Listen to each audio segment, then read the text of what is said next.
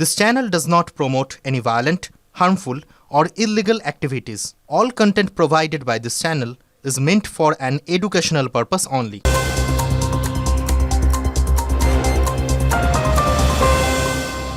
এই মুহূর্তে যে বড় খবরে নজর রাখবো, জম্মু কাশ্মীরের সীমান্তবর্তী এলাকা এবং এলওসির কাছে আবারও ড্রোনের দাপাদাপি। প্রজাতন্ত্র দিবসের আগে সীমান্তবর্তী এলাকায় বেড়েছে ড্রোনের দাপাদাপি।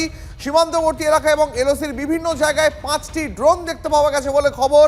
নিরাপত্তা বাহিনীতে হাই অ্যালার্ট জারি করা হয়েছে। এই মুহূর্তের বড় খবর, জম্মু কাশ্মীরের নওশেরাতে এলওসির কাছে ফের ড্রোনের দাপাদাপি। আর একবার জানাবো আপনাদের, এই মুহূর্তে যে খবর পাওয়া যাচ্ছে, জম্মু কাশ্মীরের নওশেরা সেক্টরে ফের ড্রোন দেখতে পাওয়া গেছে। প্রজাতন্ত্র দিবসের আগে সীমান্ত এলাকায় ড্রোনের দাপাদাপি বাড়ছে। সীমান্তবর্তী এলাকা এবং এলওসির বিভিন্ন এলাকায় সব মিলিয়ে 5টি ড্রোন দেখতে পাওয়া গেছে বলে খবর। আমাদের ওয়ার করেসপন্ডেন্ট সায়ন্ত আমাদের সঙ্গে রয়েছেন, আরো ডিটেল সায়ন্ত জানাবেন। সায়ন্ত, ড্রোনগুলি কারা পাঠিয়েছে, কি কারণে পাঠিয়েছে এবং সেনার তরফে বা কি প্রত্যুত্তর দেওয়া হয়েছে? দেখো, অপারেশন সিঁদুরের সময় আমরা দেখেছিলাম এই ড্রোনের দাপাদাপি এবং একের পর এক পাকিস্তানের ড্রোনকে গুলি করে এবং আকাশ সুরক্ষা ব্যবস্থা দিয়ে মূলত নিষ্ক্রিয় করেছিল ভারতীয় সেনা। এবার দেখা গেল নওশেরা সেক্টরের একাধিক জায়গায় এই ড্রোন দেখা গিয়েছে এবং এই ড্রোনগুলো যে পাকিস্তানের তা নিশ্চিত করেছে ভারতীয় সেনা। ইতিমধ্যেই গুলি করে ড্রোনগুলোকে নামানো হয়েছে। তবে সেনারা এক নিশ্চিত করে জানিয়েছে যে এই ড্রোনগুলো দিয়ে মূলত ভারতীয় সেনার সামরিক ঘাঁটি কি কাজ করছে, কোথায় কোথায় নিজেদের তৈরি করছে, কোথায় কোথায় নিজেদের ঘাঁটি আরো বৃদ্ধি করছে, সেইগুলো দেখার জন্য মূলত এই ড্রোনগুলোকে রাতের অন্ধকারে পাঠিয়েছিল। একই সঙ্গে ড্রোনগুলোতে কোনো অস্ত্র বা বারুদ ছিল কিনা সেটা কিন্তু খতিয়ে দেখা হচ্ছে বলে সেনার তরফে জানানো হয়েছে। তবে এই ঘটনায় স্বাভাবিকভাবে সতর্কতা জারি করা হয়েছে এলওসি এবং সীমান্তবর্তী বিভিন্ন অংশে। দ্বীপ, সায়ন্ত, অনেক ধন্যবাদ। লাশ পোড়াতে এসে নিজেই হয়ে গেলেন লাশ। কে আগে মরা পোড়াবে, এই দ্বন্দ্বে শ্মশানঘাটেই এক যুবককে বাঁশ পেটা, বেঘরে প্রাণ গেল ডোমকলের বাসিন্দার। শিউরে ওঠার মতন এই ঘটনা মুর্শিদাবাদের বহরমপুরে। লাশকে কেন্দ্র করে ওই ঝামেলাটা হলো, আমার ভাইটাকে নির্মমভাবে হত্যা করা হয়েছে। লাশ বয়ে এনে নিজেই লাশ, মার খেয়ে শ্মশানেই মৃত্যু যুবকের।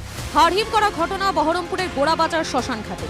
শনিবার সন্ধে মৃতদেহ সৎকারের জন্য ডোমকল থেকে আসে একটি পরিবার।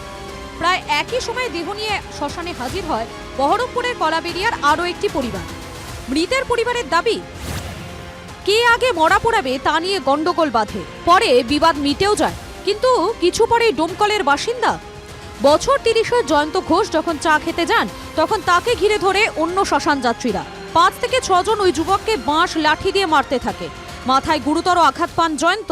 শ্মশানে মৃতদেহ নিয়ে এসে নিজেই লাশ হয়ে ফিরলেন বছর 30-এর এক যুবক। অন্য পক্ষের সঙ্গে কথা কাটাকাটি, তারপরে এমন মারধর করা হয়, এখানেই কাতরাতে মৃত্যু হয় জয়ন্ত। এলাকায় পরোপকারী হিসেবে পরিচিত ছিলেন জয়ন্ত। কারো বিপদে আপদে ছুটে যেতেন।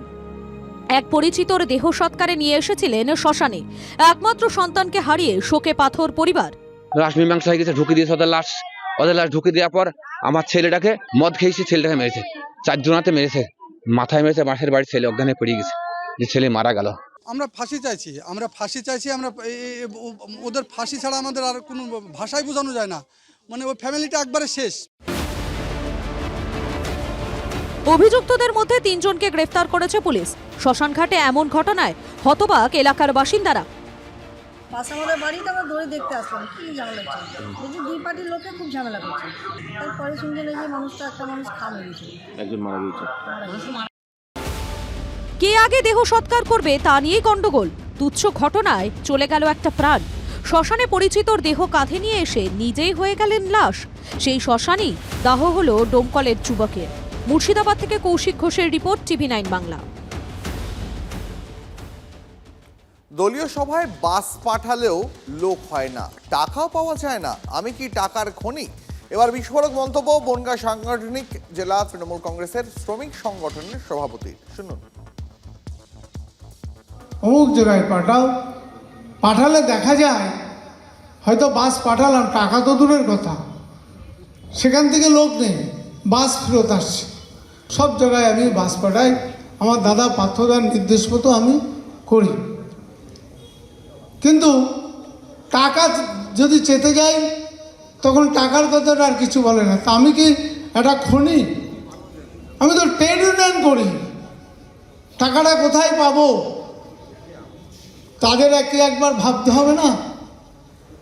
বাসটা কি এমনি এমনি যায়? মালিকরা তো কদিন পরে আমাকে পিটোয়াবে।